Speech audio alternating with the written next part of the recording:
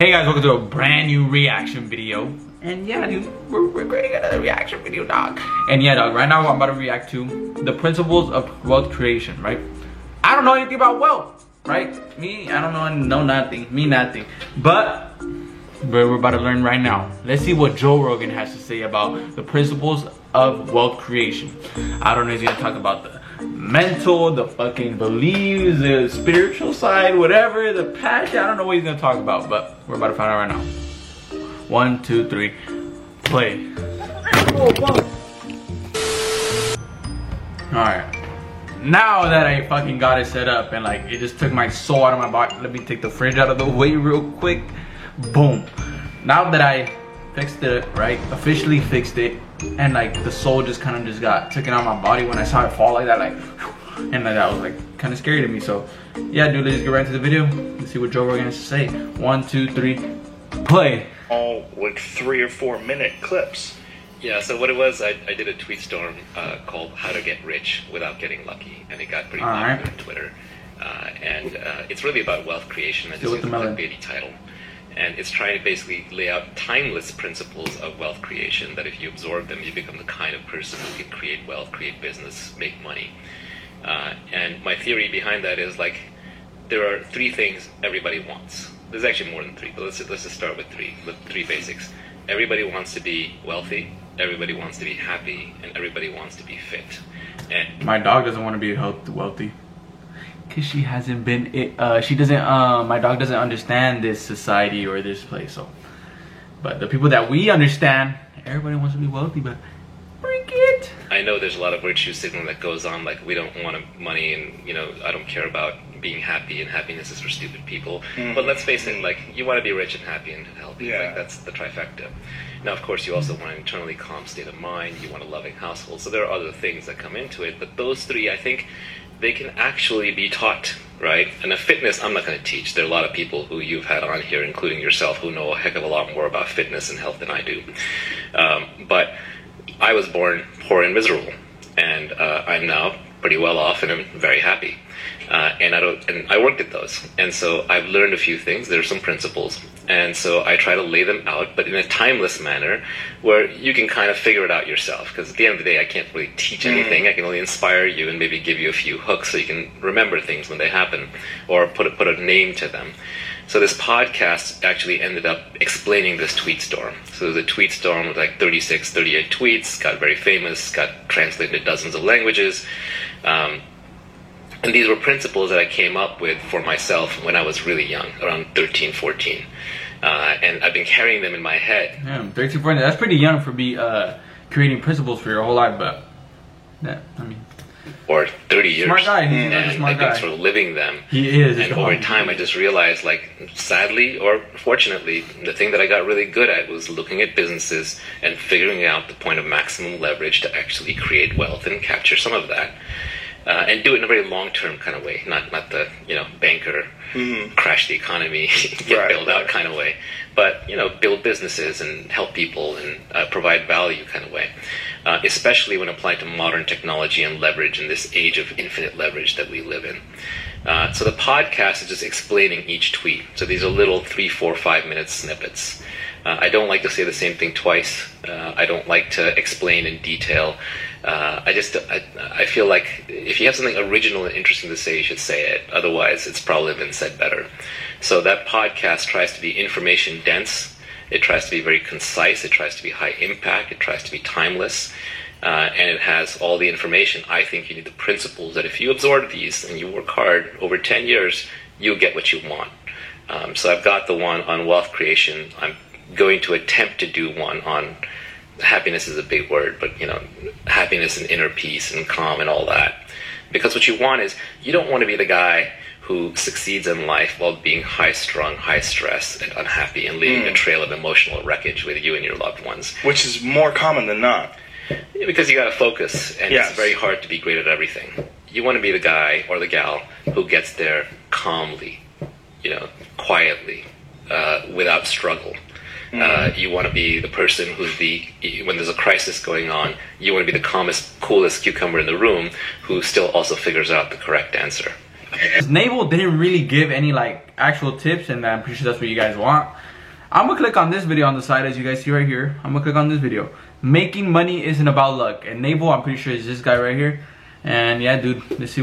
Obviously, we want to be wealthy and we want to get there in this lifetime without having to rely on luck. A lot of people think making money is about luck. It's not. It's about becoming the kind of person that makes money. You know, I like to think that if I lost all my... Is this the same podcast? It's 5 minutes. If you drop me on a random street in any English-speaking country, within 5 to 10 years, I'd be wealthy again, right? Because it's just a skill set that I've developed, and I think anyone can develop.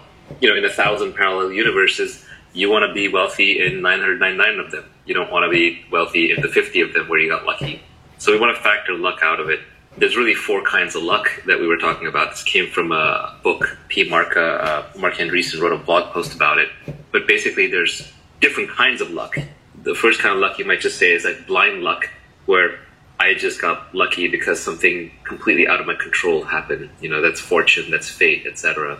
Then there's luck that kind of comes through persistence, hard work, hustle, motion, which is when you're just running around creating lots of opportunities, you're generating a lot of energy, you're doing a lot of things.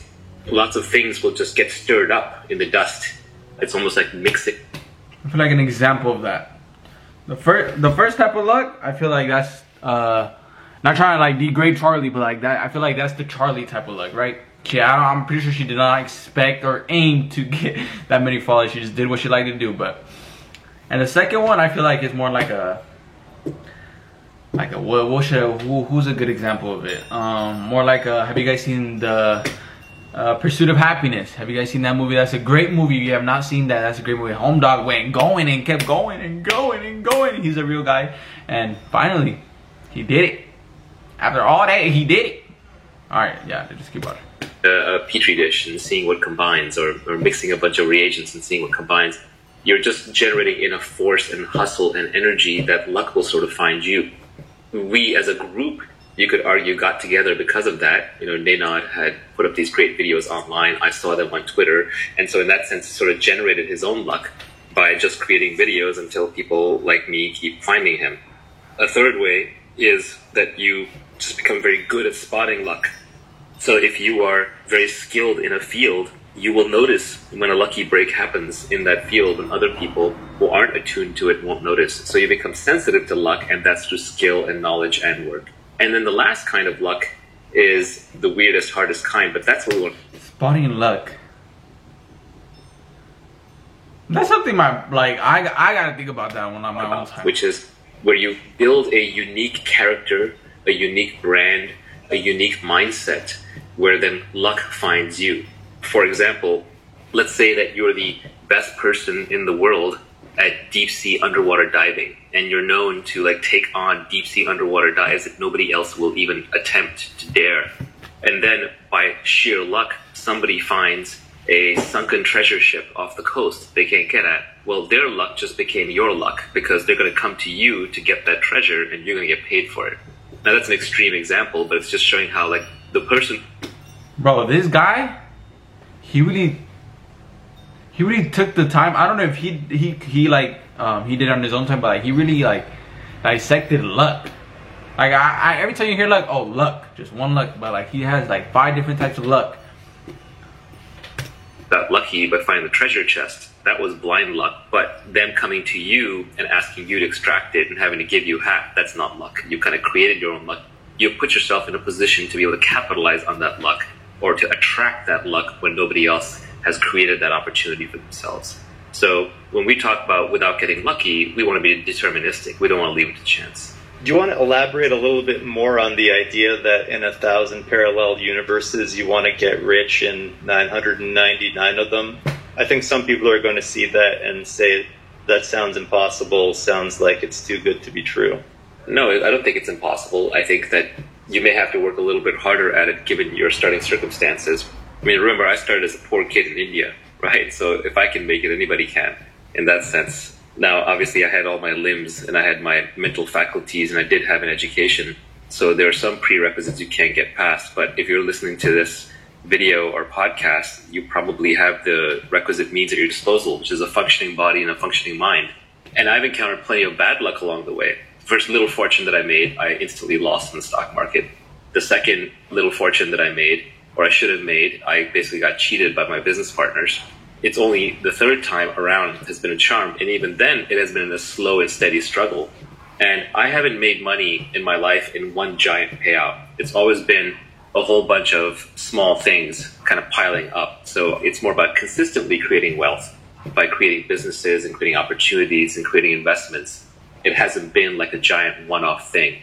My personal wealth has not been generated by one big year. It just sort of stacks up little bit chips at a time. More options, more businesses, more investments, more things I can do. Same way, someone like Adinad, I know I'm not saying anything, but like I'm listening to the podcast. I hope you're listening too and you did this get through, but my bad for pausing. He's building his brand online, he's building videos. It's not like any one video is going to suddenly shower him with riches overnight. It's going to be a long lifetime of learning, of reading, of creating that's just going to compound. So we're talking about getting wealthy so you can retire, so you have your freedom. Not retire in the sense that you don't do anything, but in the sense that you don't have to be any place you don't want to be. You don't have to do anything you don't want to do. And you can wake up when you want. You can sleep when you want. You don't have a boss. That's freedom. So we're talking about enough wealth to get to freedom. And especially thanks to the internet these days, those opportunities are massively abundant. I, in fact, have too many ways to make money. I don't have enough time. I literally have opportunities pouring out of my ears. And the thing I keep running out of is time. There's just so many ways to create wealth, to create products, to create businesses, to create opportunities, and to, as a byproduct, get paid by society that I just can't even handle it all. In the little podcast, Joe Rogan low-key kind of clickbaited me. Low-key though, but I still got something out of it. Anyways, thank you guys so much for watching. Thank you so much for watching. Make sure to leave a like and subscribe if you enjoyed. And yeah, dog, hopefully you guys make enough money to be free and not be a slave your whole life and working for somebody else your whole life and just, I'm gonna work at 8 and then we get out 3 and then we can have fun. Oh, let me see if I can get vacation. Let me see. Cause I'm making $20 an hour and that's how much an hour my life is worth, dude. Let me hold up. Oh, he said I can't go, dog. He said I have to work for this week. I can't do Christmas with my family. What the fuck, dog? Alright, y'all.